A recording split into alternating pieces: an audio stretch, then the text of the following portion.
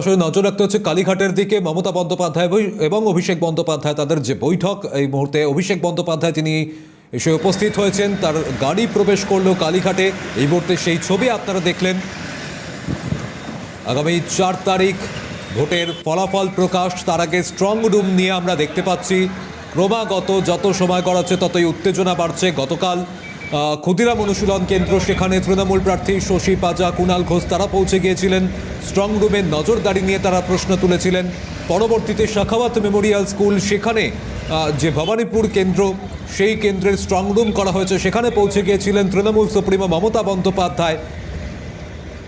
নজরদারিতে ছিলেন তিনি এবং প্রায় 12টা 22 নাগাদ সেই স্ট্রং রুম থেকে তাকে বেরিয়ে আসতে দেখা যায় এবং পুলিশের ভূমিকা নিয়ে অসন্তোষ প্রকাশ করেছেন, যাতে কোনো রকম কারচুপি না হয়, নেতা কর্মীরা সজাগ থাকুন, সতর্ক থাকুন, সেই বার্তাও দিয়েছেন। আর ভোটের দিনও যাতে কোনো রকম কোনো কারচুপি করতে না পারে কমিশন বা বিজেপি, কারণ যেহেতু বারবার আমরা দেখতে পাচ্ছি বিজেপি এবং কমিশনকে একযোগে নিশানা করছেন তৃণমূল সুপ্রিমো মমতা বন্দ্যোপাধ্যায় বা সর্বভারতীয় সাধারণ সম্পাদক অভিষেক বন্দ্যোপাধ্যায়। তারা বলছেন যে কোনোভাবে কারচুপি করতে পারে বিজেপি, এমন অভিযোগ করছেন তারা। আর সেই ঘটনা যাতে ঘটতে না পারে বা 21-এর মতো নন্দীগ্রামের ঘটনার পুনরাবৃত্তি যাতে ঘটতে না পারে, সেই রকম দিক থেকে বিশেষ করে নজরদারি রাখা হচ্ছে। কর্মী সমর্থকদের সতর্ক থাকতে বলছেন, প্রার্থীদের সতর্ক থাকতে বলছেন এবং বিশেষ করে স্ট্রং রুমগুলির দায়িত্বে এজেন্ট যারা রয়েছেন, নজরদারিতে যারা রয়েছেন, তাদের বিশেষ করে নজরদারি বাড়াতে বলছেন, যাতে কোনোভাবে কারচুপি না হয়। আর অবশ্যই এই বৈঠক থেকে ঠিক তেমনই বার্তা দেওয়া হবে বলে জানা যাচ্ছে।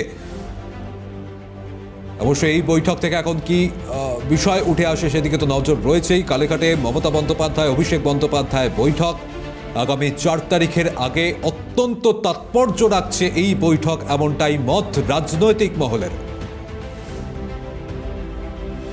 ইতিমধ্যেই আমরা জানি এবারে 294টি আসনে 2টি দফায় যেভাবে ভোট হয়েছে এবং ভোটগুলিতে যে ছবি দেখে অভ্যস্ত মানুষ, সেই ছবি অনেকটাই বদল হয়েছে। ভোটের ওপর বিক্ষিপ্ত অশান্তি দিয়ে শান্তিপূর্ণ নির্বাচন হয়েছে। তবে এবার নজরে রয়েছে স্ট্রং রুমগুলি। বেশ কিছু জায়গায় স্ট্রং রুমগুলি থেকে যে অভিযোগ সামনে আসছে, সিসিটিভির মাধ্যমে যে নজরদারি চলছে, কোথাও সিসিটিভি বন্ধ হয়ে যাচ্ছে, কোথাও স্ট্রং রুমের ভিতরে বহিরাগতরা বা অজ্ঞাত পরিচয় ব্যক্তি তারা প্রবেশ করছেন, এমনও অভিযোগ করা হচ্ছে, কখনো বিজেপির পক্ষ থেকে, কখনো তৃণমূলের পক্ষ থেকে। কিন্তু যাতে এই গণনায় যাতে কোনো কারচুপি না হতে পারে, তার জন্য আগাম সতর্ক থাকার ব্যবস্থা। রাজা সাহা প্রতিনিধি রয়েছেন আমাদের সঙ্গে, এই বিষয়ে একটু বিস্তারিত জানার চেষ্টা করি। কালীঘাটে মমতা বন্দ্যোপাধ্যায় অভিষেক বন্দ্যোপাধ্যায় বৈঠকে কি বিষয় উঠে আসতে পারে রাজা?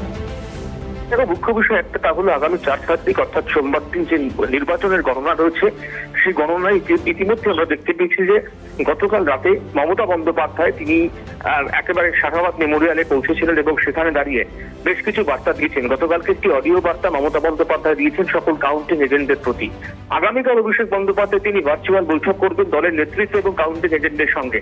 একেবারে শেষ মুহূর্ত পর্যন্ত কাউন্টিং সেন্টারে থাকতে হবে প্রত্যেক এজেন্সি এবং প্রত্যেকের বুথ যেভাবে সামলেছিলেন, এবং একই রকম ভাবে প্রত্যেকের বুথের যে ইভিএম সামলাতে হবে, সেই নির্দেশিত ইতিমধ্যে অভিষেক বন্দ্যোপাধ্যায় দিয়েছেন।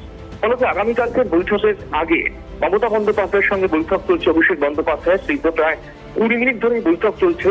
এই বৈঠকের উদ্দেশ্য একটাই, একেবারে আলিপুরদুয়ার বিধানসভা, আলিপুরদুয়ার জেলা থেকে দক্ষিণবঙ্গের দক্ষিণ 24 পরগনা জেলা পর্যন্ত প্রত্যেকটি জায়গার পুঙ্খানুপুঙ্খ আপডেট নেওয়া এবং তারপরে আগামীকালকের বৈঠকে কিভাবে বার্তা দেবেন অভিষেক বন্দ্যোপাধ্যায়, সেই বার্তা ঠিক করেন।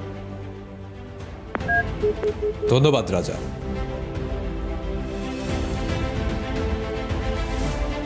গণনার দিনের কৌশল নিয়েই কালীঘাটে মূলত বৈঠক বলে জানা যাচ্ছে। আগামীকাল আপনারা জানেন যে ভার্চুয়াল বৈঠক করবেন অভিষেক বন্দ্যোপাধ্যায়, আর তার আগে মমতা বন্দ্যোপাধ্যায় অভিষেক বন্দ্যোপাধ্যায়ের এই বৈঠক, গণনার রণকৌশল নিয়েই এই বৈঠক বলে মূলত